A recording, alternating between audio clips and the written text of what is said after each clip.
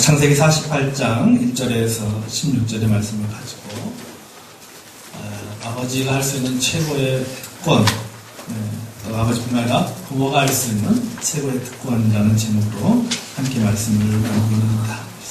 작년에 그 KBS 방송국에서 내 딸 서영이라고 하는 드라마가 있었죠.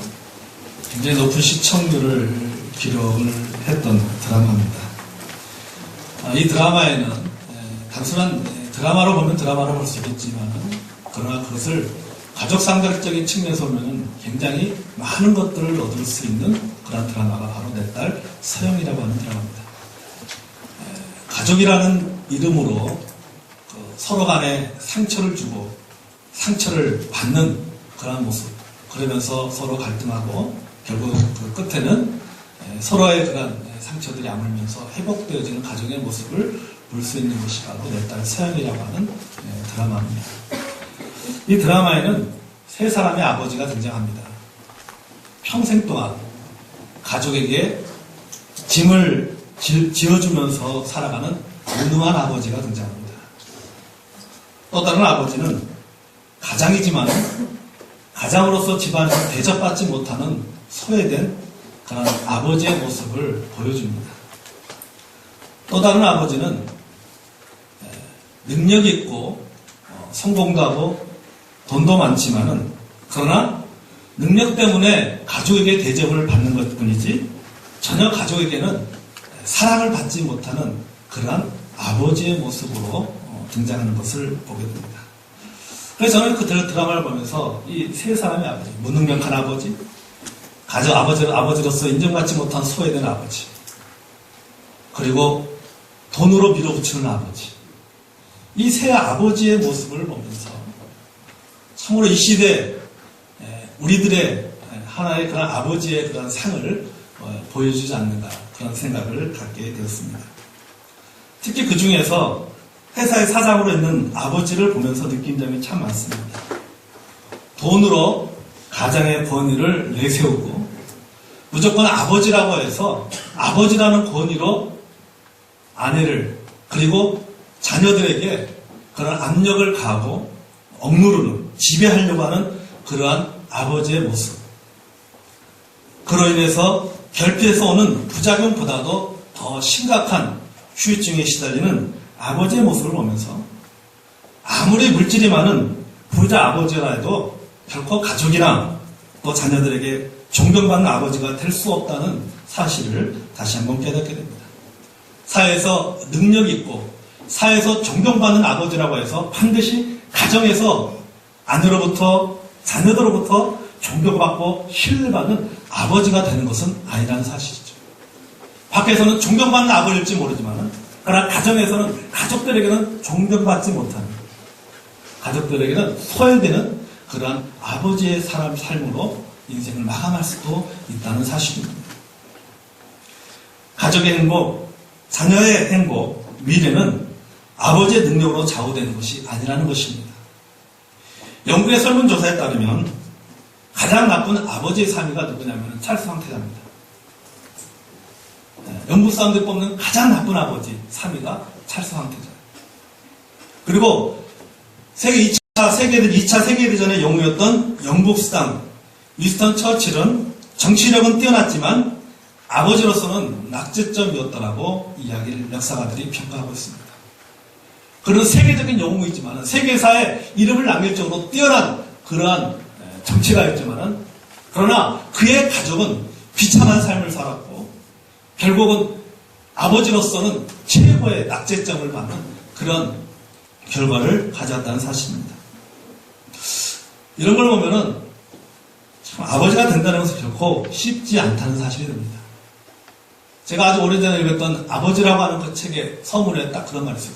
아버지가 된다는 것은 기쁨은 잠깐이지만 그 다음부터는 큰 부담이다. 자, 아버지가 된다는 건 결코 쉽지 않은 것 같습니다. 그러나 사랑하는 성도 여러분, 그리고 우리 여기에 아버지 되신 여러분, 또 우리 부모님 여러분, 우리가 이런 소리를 듣지 않기 위해서는 아버지가 할 수 있는 일이 하나 있습니다. 우리가 그것은 이 세상이 누구도 할 수 없고 오직 아버지만이 누릴 수 있는 최고의 특권이 있다는 것입니다. 바로 그것이 뭐냐면 바로 자녀를 축복하는 것입니다. 자녀를 축복하는 것은 아버지가 가질 수 있는 최고의 특권이라는 사실입니다. 오늘 본문에 보면은 야곱이 요셉의 아들들을 축복하는 장면이 나옵니다. 여러분, 요셉이 누굽니까? 애굽의 국무총리입니다. 애굽의 최고의 권력자입니다. 마음만 먹으면 무엇인지 할 수 있는 사람입니다. 아쉬울 것이 하나도 없는 사람이 바로 요셉이에요. 이 요셉은 사회적으로 성공을 했고 정치적으로 성공했고 애굽이라고 하는 그런 이방 나라에서 모든 사람으로부터 존경받는 정치적인 실세. 그럼에도 불구하고 그에게 부족한 점이 하나 있었습니다. 그가 그렇게 바라고 원하는 것이 하나 있었습니다. 무엇입니까? 1절 보겠습니다. 본문 1절, 48장 1절. 2일 후에 어떤 사람이 요셉에게 말하기를 내 아버지가 병들었다 하므로 그가 곧 두 아들 므낫세와 에브라임과 함께 이르니. 그렇게 말씀했습니다. 자, 아버지 야곱이 병들었습니다. 그런 아버지 야곱에게 지체하지 않고 지금 달려가는 모습을 보게 됩니다. 이때 요셉의 나이를 추정하기를 57세로 추정합니다. 학자들이 추정하기를 이때 그 당시 요셉의 나이가 57세 정도 됐을 것이다 라고 이야기를 하고 있습니다. 그런데 여기 흥미로운 것은 뭐냐면은 요셉이 혼자 간 것이 아니라 두 아들을 데리고 갔다는 사실입니다. 그러면은 왜 요셉은 두 아들을 데리고 갔을까? 에브라임과 므낫셋이라고 하는 두 아들을 데리고 갔는데 왜 데리고 갔을까 하는 것이죠. 마지막으로 할아버지 임종을 보이고 싶어서 두 아들을 데려갔을까? 아니면 유산 상속이라고 하는 그런 이유가 있었을까? 그 어느 것도 아니라는 사실이에요. 여기 중요한 한 가지 이유가 있습니다. 요셉이 자기의 두 아들 므낫셋과 에브라임의 두 아들을 데리고 야곱에게 달려간 그런 이유가 있습니다. 9절을 보겠습니다. 9절 같이 한번 읽어볼까요? 자, 9절 읽어보세요. 시작. 요셉이 그의 아버지에게 이르되 이는 하나님이 여기서 내게 주신 아들들입니다. 아버지가 이르되 그들을 데리고 내 앞으로 나아오라. 내가 그들에게 축복하리라. 아멘. 여러분, 바로 이것입니다. 여기 보세요. 요셉이 그의 아버지가 이르되 이는 하나님이 여기서 내게 주신 아들입니다. 여기서 내게 주신 아들이다. 여기가 어디예요? 애굽이에요. 애굽에서 낳은 아들이에요. 하나님이 약속의 땅 가나안에서 낳은 아들이 아니라 애굽에서 낳은 아들이에요. 요셉은 애굽 여자와 결혼했습니다. 그리고 이방인 애굽 여자와 사이에서 자식을 낳았습니다. 자, 이제 그들은 뭡니까? 그들은 하나님과 상관없는 위치에서 낳은 아들이에요. 이제 그들이 하나님과 상관없는 위치에 놓이는 것을 요셉은 원하지 않았던 것입니다. 다시 말해서 축복의 분깃을 얻기를 기대했다는 사실이에요. 무슨 말입니까? 자식들에게 명예를 물려주고 권력을 물려주고 부귀 영화를 물려주는 것보다도 여러분, 요셉은 애굽에서 실생활을 했잖아요. 애굽에 성공한 사람이에요. 그에게 많은 돈이 있습니다. 명예가 있습니다. 자기 자식 두 아들에게 에브라임과 므낫셋과 에브라임에게 그들에게 재산을 물려줄 수도 있고 명예를 물려줄 수도 있고 자기 갖고 있는 여러 가지 사회적인 어떤 권리들을 물려줄 수 있지만은 그것보다도 그에게 더 중요했던 것은 뭐냐면 그들을 하나님의 친백성으로 만드는 것이 더 중요했기 때문에 요셉은 두 아들을 야곱에게 데려간 거예요. 요셉은 알고 있었습니다. 아버지의 축복의 기도가 얼마나 놀라운가를 요셉은 알고 있었다는 사실. 야곱은 현재 어떻게 했습니까? 병들었습니다. 기력이 세졌습니다. 그가 할 수 있는 게 뭐가 있어요? 병들어서 드러누워있는 아버지가, 늙은 아버지가 할 수 있는 게 뭐가 있겠습니까? 그가 할 수 있는 일은 아무것도 없습니다. 노동력도 상실했습니다. 이미 유언도 다 남겼어요. 그가 자식에게 줄 수 있는 것은 아무것도 없었습니다.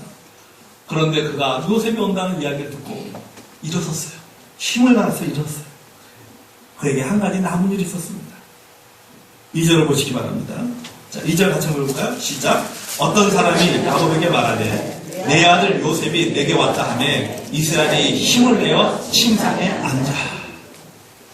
힘을 내어서 요셉이 온다는 얘기를 듣고는 힘을 내서 없는 힘을 내가지고 마지막 힘을 내가지고 일어선 거죠. 앉은 거죠. 여러분, 야곱은 어떤 사람입니까? 언약의 계승자입니다.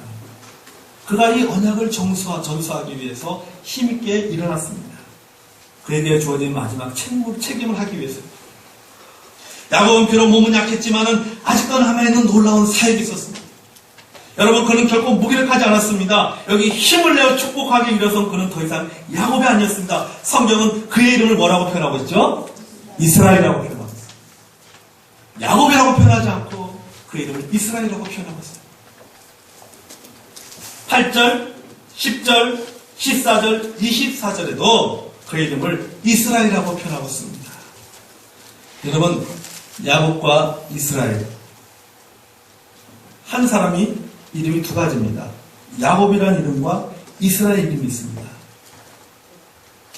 여러분, 야곱이라는 이름과 이스라엘 이름이 갈리는 그 분기점이 어디죠? 어디예요? 하나님과 씨름할 때요. 거기서 하나님께서 야곱에게 뭘 줘요? 약속을 주셔요. 그러면서 말하기를 이제 너 이름은 야곱이 아니라 이스라엘이다. 다시 말해서 이스라엘이라는 이름은 뭡니까? 하나님의 약속으로 주어진 이름이에요. 하나님의 축복으로 주어진 이름이에요. 하나님의 약속이 담긴 이름입니다. 그의 육체는 보잘것이 없고 이미 죽음을 눈앞에 둔 무기력한 노인이었지만은 결코 그의 이름은 약하지 않았다는 사실입니다. 성도 여러분, 바로 여기에 아버지의 상이 있다는 사실이에요. 바로 여기에 부모의 상이 있어요. 돈이 많아야지 훌륭한 부모가 아니에요. 학벌이 뛰어나야지 훌륭한 부모가 아니에요. 사회적으로 성공한 인생이 훌륭한 부모가 아니라는 사실입니다. 자녀를 위해 축복하는 아버지, 자녀를 위해서 기도하는 아버지, 자녀에게 하나님의 소원을 전하는 아버지, 자녀들에게 신앙의 성숙한 모습을 보이는 아버지, 바로 이것이야말로 가장 힘있는 아버지고 훌륭한 아버지고 바로 그런 아버지가 하나님 축복하시는 아버지일 줄로 믿습니다. 여러분, 저는 우리 교회 안에 있는 우리 아버지 되신 우리 성도 여러분들께서 또 우리 부모님들이 자녀를 축복하는 아버지, 자녀를 위해서 기도하는 부모, 자녀들에게 하나님의 소원을 전하고 하나님께 나에게 주신 그 사명을 전하는 그런 아버지가 되고 부모가 되시기를 주님의 이름으로 축원합니다. 강영호 박사에게는 두 아들이 있었습니다. 강영호 박사 부시 정부 시절에 그 국가 장애인 그 위원회 차관보를 지냈던 사람이죠. 우리 한국 기독교 결정체 굉장히 유명하신 분이죠. 강영호 박사, 시각 장애인임에도 불구하고 미국에 가서 큰 성공을 이루신 분이죠. 이 강영호 박사에겐 아들이 둘이 있었습니다. 큰아들 강진석이라는 분인데 이분이 2011년도 미국에서 최고의 슈퍼 닥터로 뽑힌 안과 의사입니다. 이 큰아들 진석 씨가 중학교 2학년 때까지는 공부를 잘 못했습니다. 어느 날 이 큰아들이 아버지에게 이렇게 말합니다. 아버지, 저는 아버지 생각처럼 그렇게 영리하지 못합니다. 머리가 좋지도 않습니다. 아버지, 저에 대한 기대를 버리십시오. 저보다 공부 잘하는 동생에게 기대를 거시오. 동생은 공부를 굉장히 잘했던 거예요. 그러니까 저한테 기대하지 마시고 동생한테 기대하십시오. 이 말을 듣고는 이 강효 박사 부부가 고민하게 됐습니다. 이 큰아들에게 보니까 이 큰아들이 자신감과 자존감이 없다는 사실을 발견하게 됐어요. 그래서 이 아이에게 좀 이 자존감을 키워줘야 되겠는데 어떻게 하면 자존감을 키워줄 수 있을까? 이 두 부부가 고민하다가 그 가운데 고민하다가 해결책 찾기 뭐냐면은 큰아들과 생일날이 같은 날 태어난 위대한 인물이 없을까? 그걸 조사하기 시작한 거예요. 근데 그날이 4월 23일인데 이 마침 그해 그가 고민을 이야기했고 강효 박사 부부가 이 아이의 그 생일날과 같은 어떤 위대한 사건이라든지 위대한 인물이 없을까라고 막 고민하고 막 찾다가 그해 부활절이 4월 23일이었어요. 부활절. 그때 강 박사가 아들에게 이렇게 말했습니다. 너는 특별한 날에 태어났단다. 무슨 날? 부활절 날 태어났다. 하나님께서 부활에 거듭나는 위대한 사건을 너의 생애 속에서 일으키실 것이다. 하나님을 믿고 하나님을 기대하고 하나님을 바라보면서 살아라.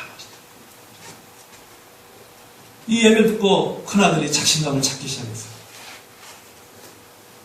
결국 그는 하버드 대학에 입학하게 됩니다. 흥미롭게도 2000년 4월 23일 날에 그는 의학박사 학위를 받습니다. 여러분, 이 강영호 박사는 부부는 자녀들을 축복하면서 그들에게 선명한 비전을 보여줬어요. 그리고 목적을 갖도록 도와줬어요. 여러분, 제가 이 주보에도 이 강영호 박사의 그런 글에 대해서 좀 썼는데, 그 안에 보면 그렇게 얘기합니다. 그는 자녀들에게 가장 기초가 될 7가지 원동력을 주입시켰다가 있습니다. 끊임없이 그들에게 말했던 것이 뭐냐면, 자신감과 자존감, 선명한 비전과 목표, 항상 긍정적인 마음, 그 다음에 국률 여기는 마음, 그 다음에 소통의 능력, 끝까지 포기하지 않는 끈기, 창의력과 집중력. 그러면서 그들은 매일 그 아이들에게 해줬던 말이 뭐냐, 너희는 월드 체인저가 될 것이다. 다시 말해 뭐예요? 너희는 세상을 바꾸는 사람이다. 너희는 세상을 바꾸는 사람. 그렇게 축복했어요. 여러분, 자녀를 축복하는 것, 이것은 하나님께서 아버지에게 주신 특권입니다. 이런 축복은 아버지의 권위의 상징인 것입니다. 야곱은 아버지 이삭의 축복의 손길을 통해서 장자의 권한을 누렸습니다. 비록 그의 인생이 수단과 방법을 가리지 않고 축복을 쟁취하는 걸로 말하면 여러 가지 많은, 그가 살아가면서 여러 가지 많은 고통스러운 일들이 있었지만은 그 모든 것이 그대로 이루어졌습니다. 여러분, 아버지의 손길을 통해서 내려지는 축복은 그대로 성취될 줄로 믿습니다.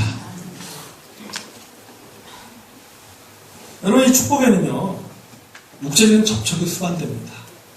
이건 본문에도 보면 어떻습니까? 그 야곱이 그 두 아이들, 요셉의 두 아이들을 축복할 때 그들의 머리에 뭐 어땠어요? 손을 얹고 기도했다라고 성경이 표현하고 있어요. 여러분, 자녀들과의 축복의 스킨십이 있길 바랍니다. 자녀들과의 축복의 스킨십이 있어요. 자녀들의 손을 잡아주고 축복하거나 안아주면서 여러분 축복해 주시기를 바랍니다. 저는 못합니다.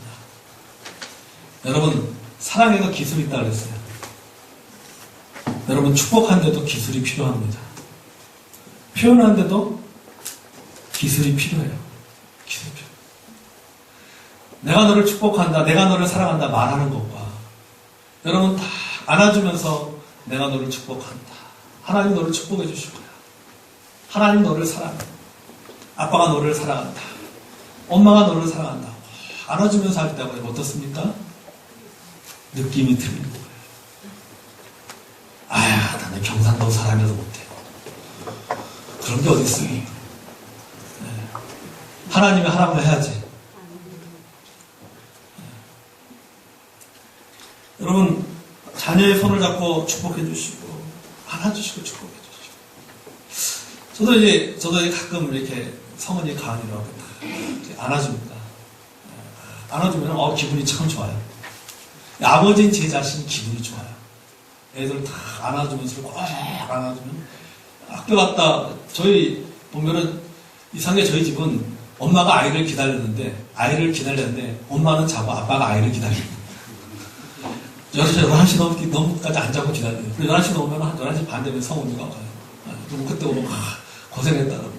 간식 있으면 간식 있으면 챙겨주고.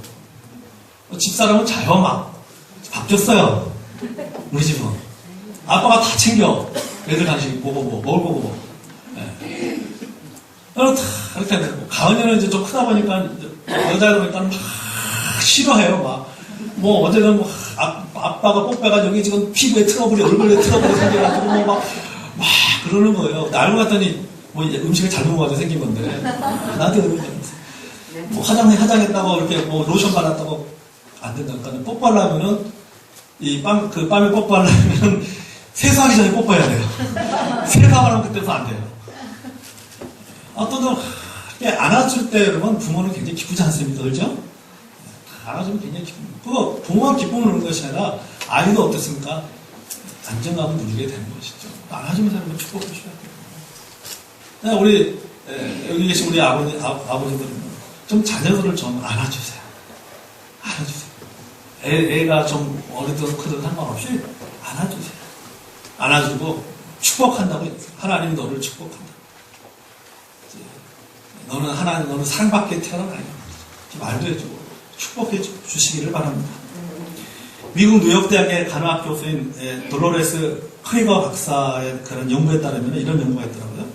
손을 얹은 사람이나 그 손에 얹혀진 사람이나 둘 다 신체적으로 유익을 얻을 수 있다고 했습니다. 그래서 실제로 연구의 결과를 보면은 손을 얹으면은 두 사람 사이에 손을 얹은 사람과 그 손을 얹음을 받은 두 사람 사이는 적혈구 세포의 그런 색소인 그 헤모글로빈 수치가 올라가서 산소 공급이 원활하고 활발한 신진대사가 일어난다는 그런 연구 결과가 있습니다.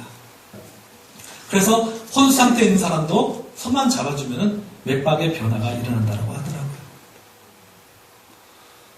여러분, 그러니까 뭡니까? 우리가 축복합니다. 우리가 축복할 때 어땠습니까? 뭐가 필요하다는 거예요? 스킨십이 필요하다는 거죠. 스킨십이. 부모가 자녀를 축복할 때도 그냥 말하려 하지 말고 서로 축복하는 것이, 손을 잡아주는 것이 필요하다는 사실. 여러분, 아버지 되신 여러분, 부모 여러분, 자녀를 축복하시기 바랍니다.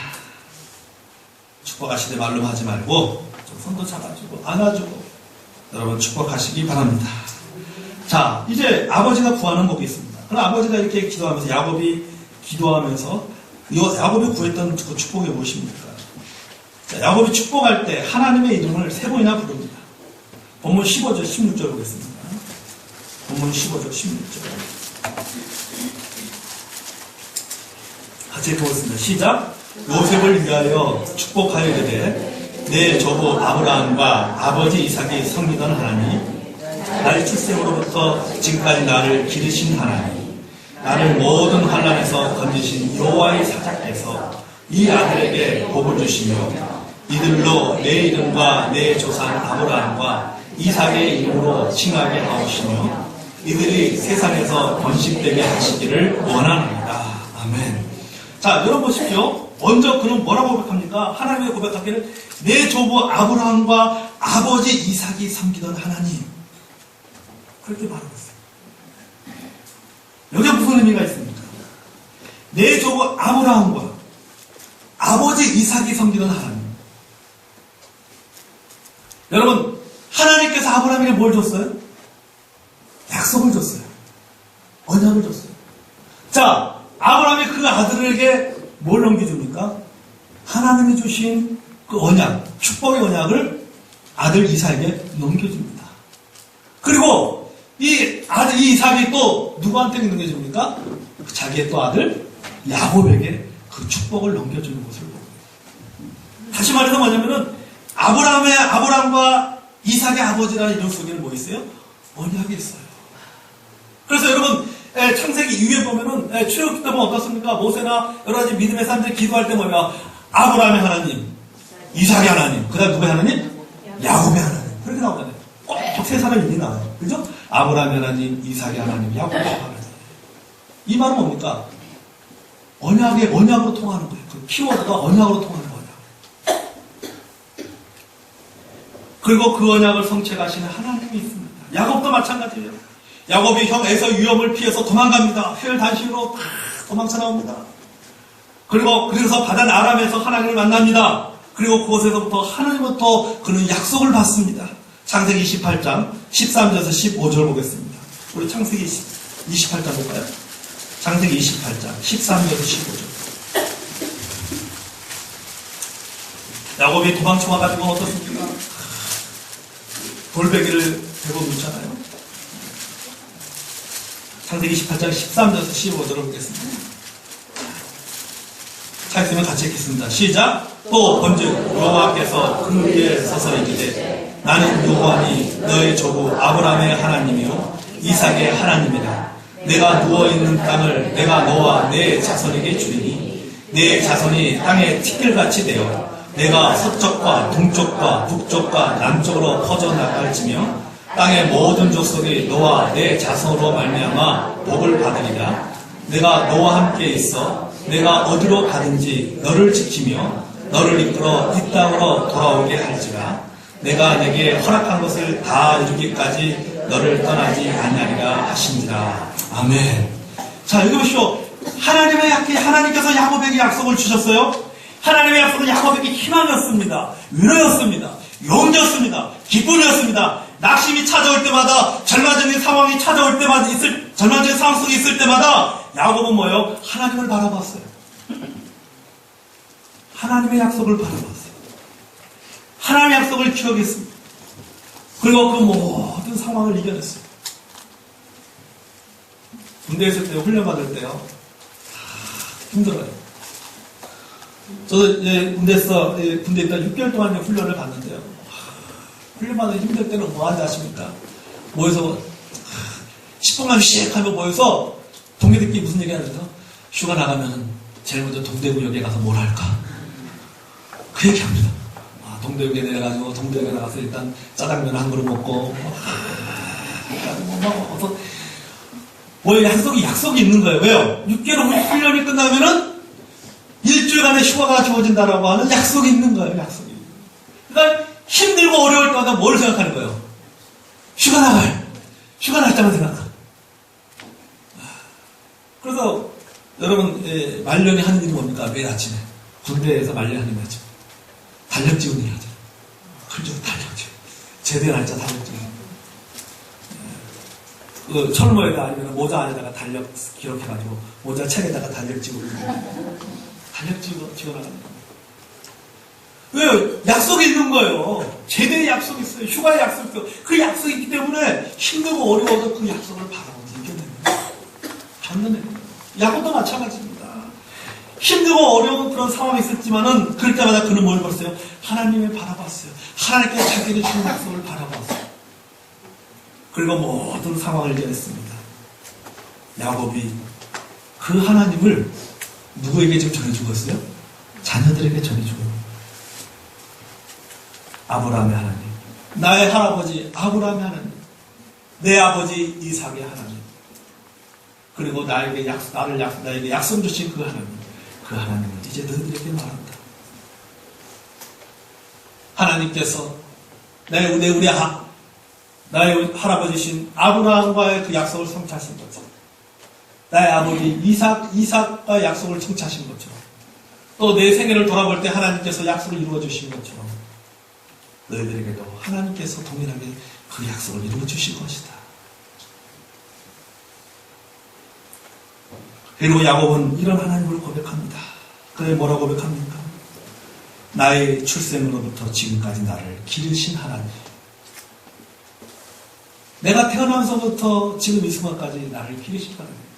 여기 길렀다는 것은 뭡니까? 양을 치듯이 인도하신 하나님이라는 뜻이에요. 유진 피터슨이 쓴 메시지라는 성경에 보면 이 구절을 이렇게 번역하고 있습니다. 목자이신 하나님이라고 번역하고 있어요. 하나님은 여호와는 10편 23편에 여호와는 나의 목자신. 야곱 그런 고백이에요. 하나님은 나의 목자셨다. 태어날 때부터 내가 지금까지 이제 내 생일을 마감하는 이 순간까지 하나님은 나를 인도하셨다. 나를 섭리하셨다. 여러분 가만히 보세요. 야곱의 삶이 그렇지 않습니까? 야곱이 태어나서부터 지금까지 어떻습니까? 하나님께서 다 인도해 주셨어요. 그의 삶을 인도해. 어려움이 올 때마다 그 어려움을 극복할 수 있도록 해주셨고, 어떤 낙심할 때마다 다시 일으켜 세우셨고, 문제가 될 때 그 문제를 해결해 주셨고, 해결해 주셨어요. 섭리하셨어요. 여러분, 우리들의 신앙의 고백에도 이런 고백이 있어야 돼요. 나를 출생에서부터 지금까지 나를 인도하신 하나님. 우리 그런 거 있잖아요. 나를 지으신 이도 하나님, 나를 부르신 이도 하나님, 나를 지으신 이도 하나님, 나를 부르신 이도 하나님. 이런 고백이 여러분 부모된 우리에게 있어야 될 줄로 믿습니다. 그리고 이런 고백이 우리 자녀들의 입술을 통해서도 그런 고백이 나올 수 있도록 우리가 참으로 우리 자녀들을 축복하는 저 여러분이 되기 원합니다. 뿐만 아닙니다. 야고보는 뭐라고 고백합니까? 나를 모든 환난에서 건지신 여호와의 사자께서 그렇게 말씀합니다.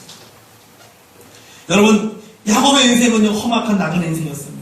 그래서 그가 고백하기를 뭐라고 합니까? 바로왕에서 말하기를 내 나이가 120살 정도 되었지만은 내 삶을 돌아보면은 우리 조상들보다도 더 험악한 나그네 인생을 살았다. 그렇게 야곱이 고백해요. 그러니까 그의 인생은 참 야곱의 인생은 파란만장한 인생을 살았다는 거예요. 태어나면서부터 지금까지 파란만 어떤 참 인생의 여러 가지 산전수를 다 겪으면서 그는 살았습니다. 참으로 험난한 인생을 살았습니다. 그러나 하나님은 야곱과 함께 하셨다는 사실이에요. 집에서 도망쳐 나올 때도, 사기 결혼을 당할 때도, 외삼촌 집에서 노동력 착취를 당할 때도, 사랑하는 자식을 잃어버렸을 때도, 그의 딸이 성폭행을 당했을 때도, 또 기근 때도 하나님은 야곱과 함께 하셨다는 사실입니다. 여러분, 야곱이 참 나쁜 짓도 많이 했어요. 그 인생에 보면 나쁜 짓도 많이 했잖아요. 거짓과 탐욕의 삶을 살았던 그런 시절도 있었습니다. 야곱에게. 그럼에도 불구하고 하나님은 결코 야곱을 버리지 않으셨어요. 그리고 야곱과 하신 그 약속을 하나님은 성취해 주셨다는 사실입니다.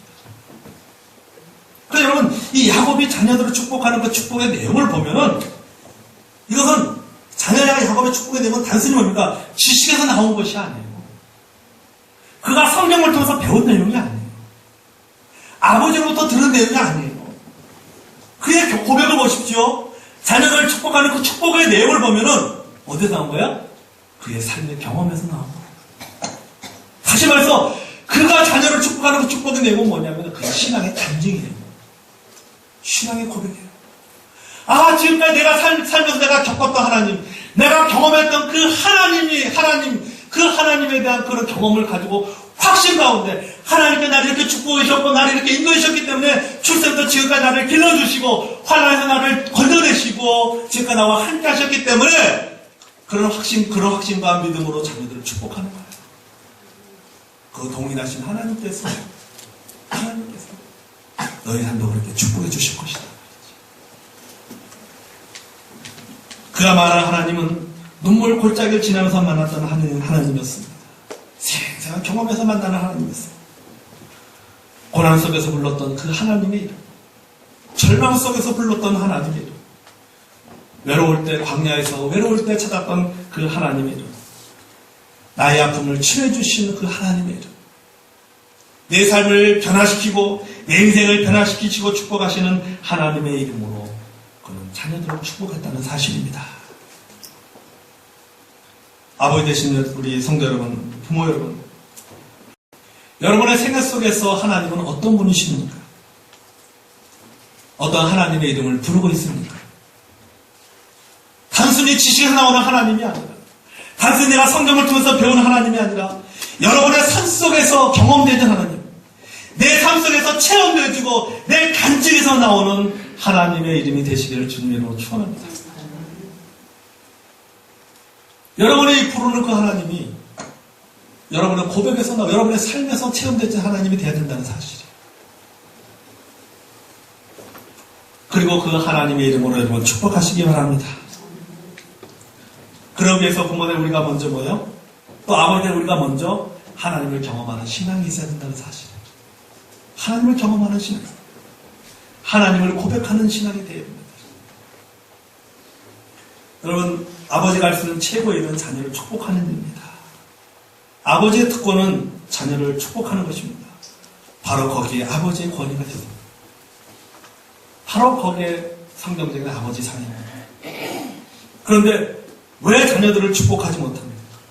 왜 하나님께서 아버지에게 주신 그 축복의 특권을 여러분의 아버지 된 여러분, 부모 된 여러분들 왜 그것을 사용하지 않습니까? 아버지 된 우리들이, 부모 된 우리들이 하나님을 경험하지 못했기 때문이에요. 그 축복 못하는 거지. 왜? 나한테 확신이 없는데 어떻게 축복합니까? 내가 그걸 믿지 못하는데 어떻게 내가 자녀들을 축복해요? 내가 확신하지 못하는데 내가 내 삶 속에서 경험하지 못했는데, 하나님께 내 출생에서 지금까지 내 삶을 인도해 주신 것에 대해서 내가 경험해보지 못했는데, 어떻게 내가 자녀들을 그렇게 축복할 수 있겠습니까? 확신이 없는데, 믿음이 없는데. 여호와의 선하심을 맛보지 못했기 때문에, 하나님을 제대로 바라보며 살고 있지 못하기 때문에, 그래서 확신이 없습니다. 알긴 알지만 확신이 부족합니다. 믿음이 부족합니다. 여러분의 자녀들을 축복하기 원하십니까? 여러분의 자녀들이 성경에 나오는 수많은 축복을 누리며 사는 자녀들이 되기 원하십니까? 그렇다면 우리들이 먼저 믿음으로 살아야 될 줄로 믿습니다. 하나님을 경험하는 삶을 살아야 됩니다.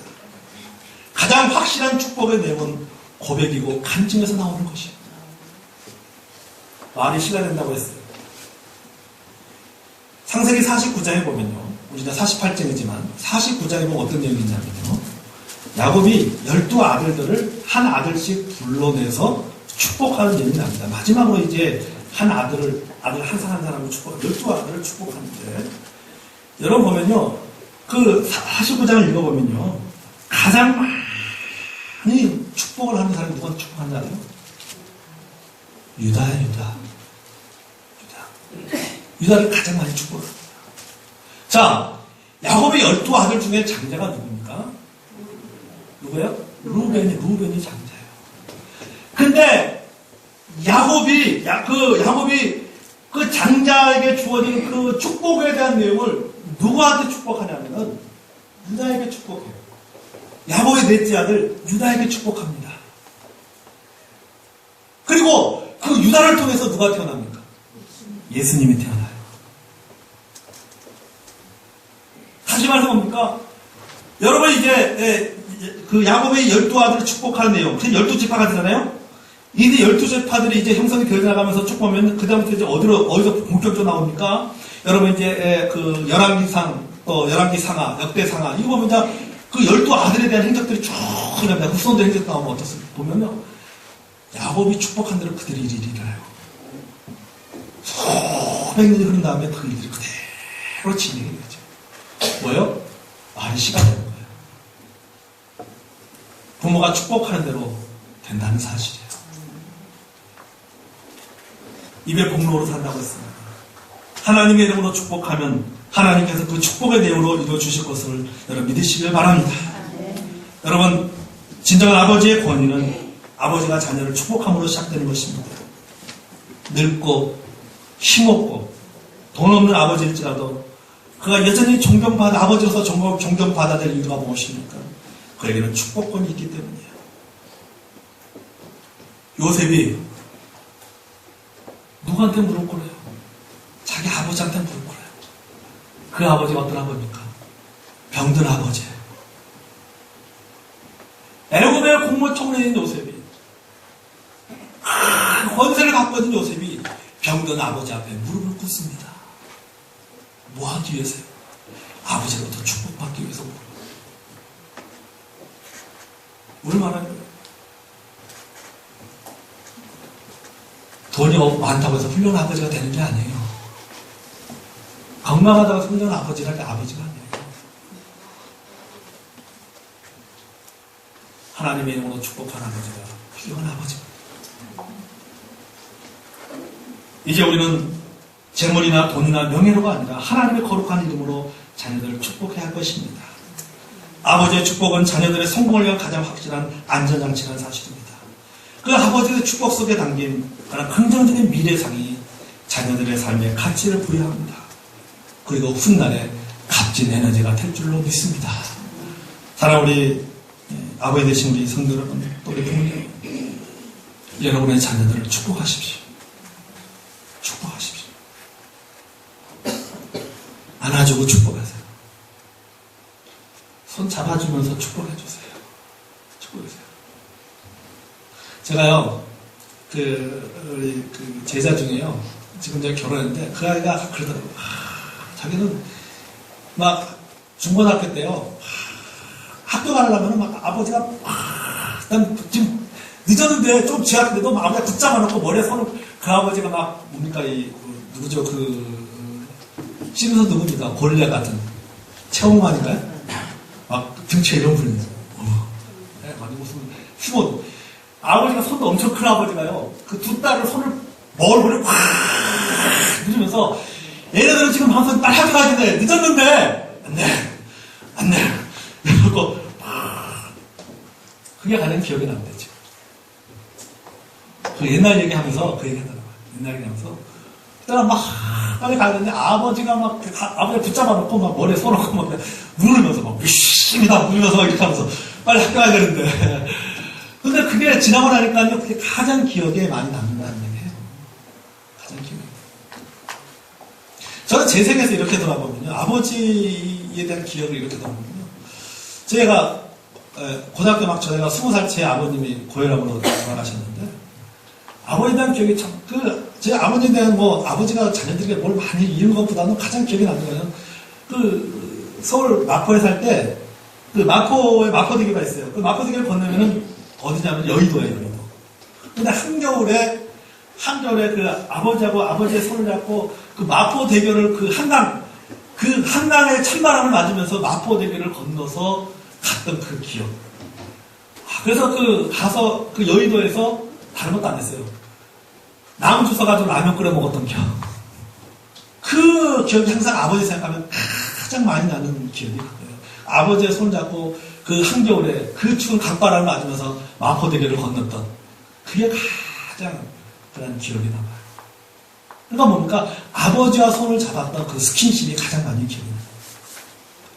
아버지한테 무슨 말 해주고 잘 살아라 공부 열심히 해라 이게 기억에 남는 것이 아니라 아버지가 내 손을 잡아줬던 그게 가장 많이 기억이 나는 거예요. 그 스킨십이 가장 기억이 나요. 여러분 훗날에 여러분의 자녀들에게 기억에 남는 아버지가 되시기 바랍니다. 우리 아버지로 인해서 내가 이런 축복을 받았다라고 자녀들이 고백할 수 있도록 여러분 자녀들의 손을 잡고 야곱이 그 아들을 축복했던 것처럼 손을 잡고 안아주고 스킨십을 하면서 여러분 자녀들을 축복해주는 우리 부모님들 되시고 아버지가 되시기를 주님의 이름으로 축원합니다.